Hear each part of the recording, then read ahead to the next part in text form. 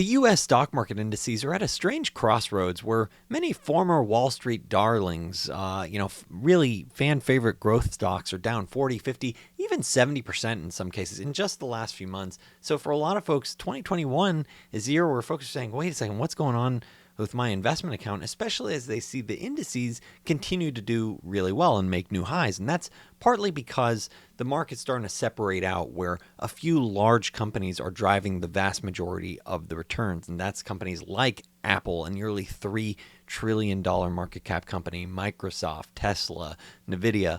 Those stocks are really driving the vast majority or a significant component of the gains that you're looking at with these major indices. So then it becomes a question of like, okay, well, is it sustainable for these big behemoths to continue growing, or is it not justified? Is Apple unstoppable, or should you maybe watch out below? In this video, we're going to do a quick recap on Apple. AAPL is the ticker. If this is your first time tuning in, my name is Daniel, and you're watching Unrivaled Investing, a no-hype mission-focused channel trying to find you exceptional companies and unrivaled investments.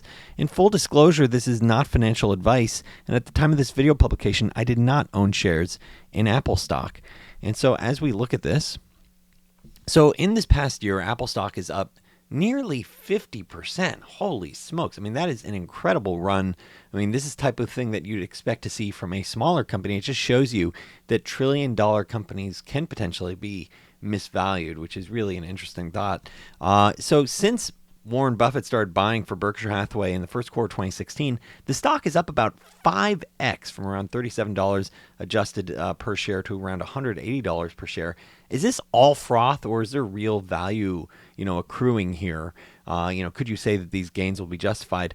The answer is it's both fundamentals and sentiment. You definitely do have both components. Here's a chart of Apple's valuation measured by price to sales multiple, where if you look back in 2016, really look back over this past decade, it traded at quite a wide range of valuations. Back when Warren Buffett was buying it, traded around 2 times sales.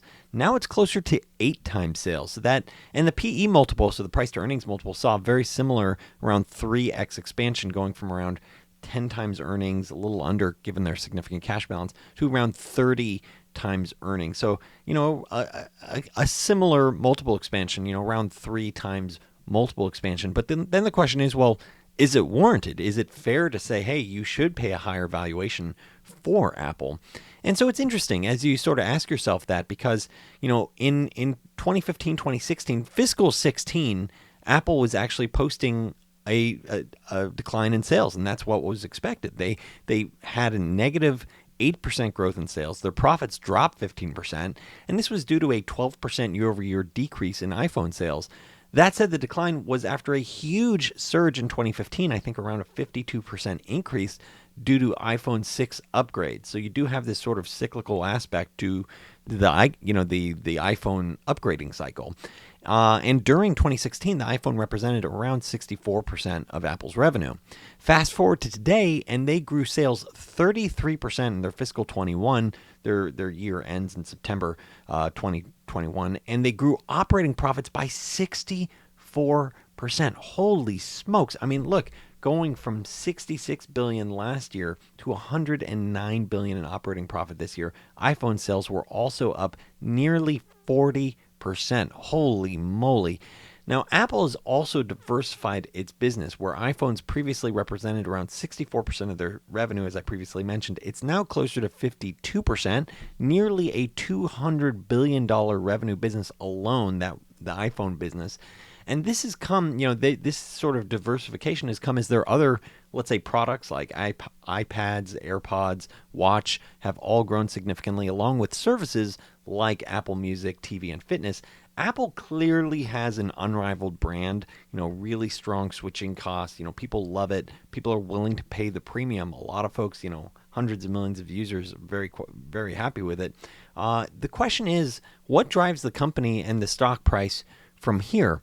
And one such possibility is they definitely have a lot of coals in the fire for future potential. One is, for example, this Apple car, which there's a lot of rumors on. I think it's called Project Titan, which management aims to be fully autonomous and potentially revolutionary with no steering wheels or pedals. Well, it's mostly rumors at this state. They're expecting a 2025 debut, so you're talking about a few years out. This project has seen a lot of employee turnover. For example, fairly recently, the chief engineer for radar systems, Eric Rogers, he was leaving Apple for the flying taxi startup Joby Aviation, but maybe that's just a reflection of the times where people are leaving companies for flying taxis. That said, I'd personally love to start seeing some flying taxis. They also have another example of another potential moonshot or revolutionary product is their own bets on in terms of AR, VR. We haven't seen a lot there yet, but they are expected to sort of unveil Apple Glass next year, which could be a game changer, or Apple Glasses. We'll see. Now, while these and other projects create significant optionality for Apple, in the near term, I strongly suspect iPhone demand will remain the key driver, as it still represents a majority of their sales. Recently, there's been a lot of rumors around demand weakness as consumers grappled with inflation. I mean, one day you see demand weakness, another day you say, oh, things are going to be great. I mean, I think this inflation aspect and potentially a weaker consumer is something, folks might want to consider. I don't put a lot of weight on it. Honestly, I look at these articles more as short-term speculative aspect, but the reality is inflation is real. And so it at some point it will have an effect on Apple. The question is, will it impact their top line? Will it affect their bottom line, effectively, having margin compression because of it? So at this point, I don't want to speculate. And I also wonder if 2021 results are in any way similar to 2015, where in both periods you had this strong iPhone sales driven, growth in part by an upgrade cycle. So 2021 saw nearly 40% iPhone growth. 2015 saw something like 50% plus. Could this mean that 2022 will be similar to 2016, or excuse me, can 2022 be similar to 2016 with soft results where, all of a sudden you're saying, oh yeah, we might show this weakness in iPhone sales because we had such a strong prior year. And so if that does happen, will Wall Street still assign Apple this valuation multiple that's 3 to 4 times greater than what it was valued at in 2016, whereas this soft year? Or maybe 2016 was just an anomaly. Maybe it was just this huge bargain opportunity, where deep value investors like Warren Buffett just loaded up. Personally, Apple, I think, is just too tough for me, but I'd love to read your thoughts below. Part of the challenge for me with Apple is that it's just so darn big. I mean, nearly $3 trillion company, and it has a bunch of different product lines. And I'm trying to think, well, how much growth runway do you think they have with the iPhone for the years ahead? And maybe it's a product like See's Candy where it doesn't matter if you dramatically increase your units going forward. Maybe it's just, you have steady pricing power, 5-10% pricing power each year. You roll out new features.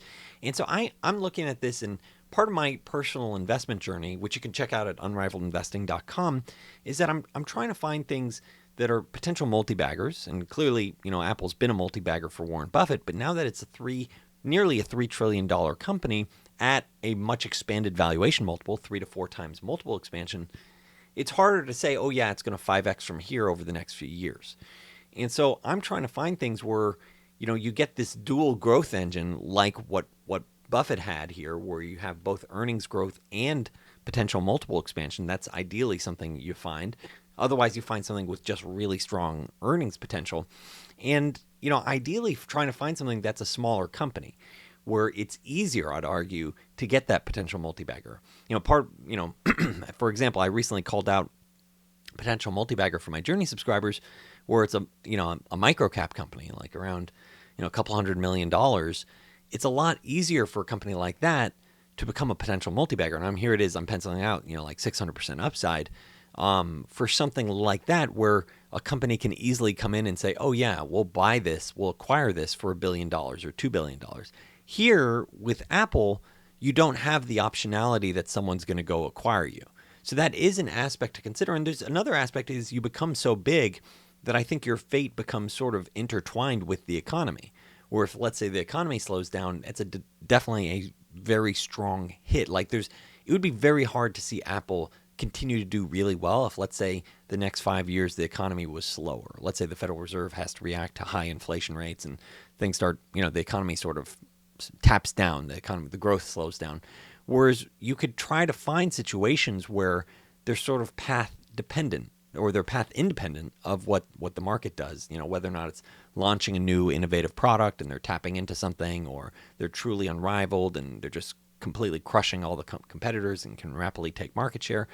So there's a lot of different possibilities. Whereas looking at something like Apple, and this is part of the reason why it's a challenge for me, is I don't have a strong feel for, oh yeah, iPhone is definitely going to be, it's going to go from $200 billion product line to a $400 billion product line. That's tough for me to pencil out. Maybe it'll happen. If you have strong thoughts on that, I'd definitely love to hear it. If you want to follow my personal investment journey, go to unraveledinvesting.com, click join the journey. First week of the month, I call it my full portfolio. By the end of the month, I call it a potential multi-bagger. We also have an exclusive community on Discord where I'm interacting almost on a daily basis, ideally for a lot of folks looking to learn, myself included. And so if this video has been helpful for you, please make a point of hitting that thumbs up, hit that subscribe button. Definitely want to hear folks' thoughts on Apple. Thanks so much for tuning in.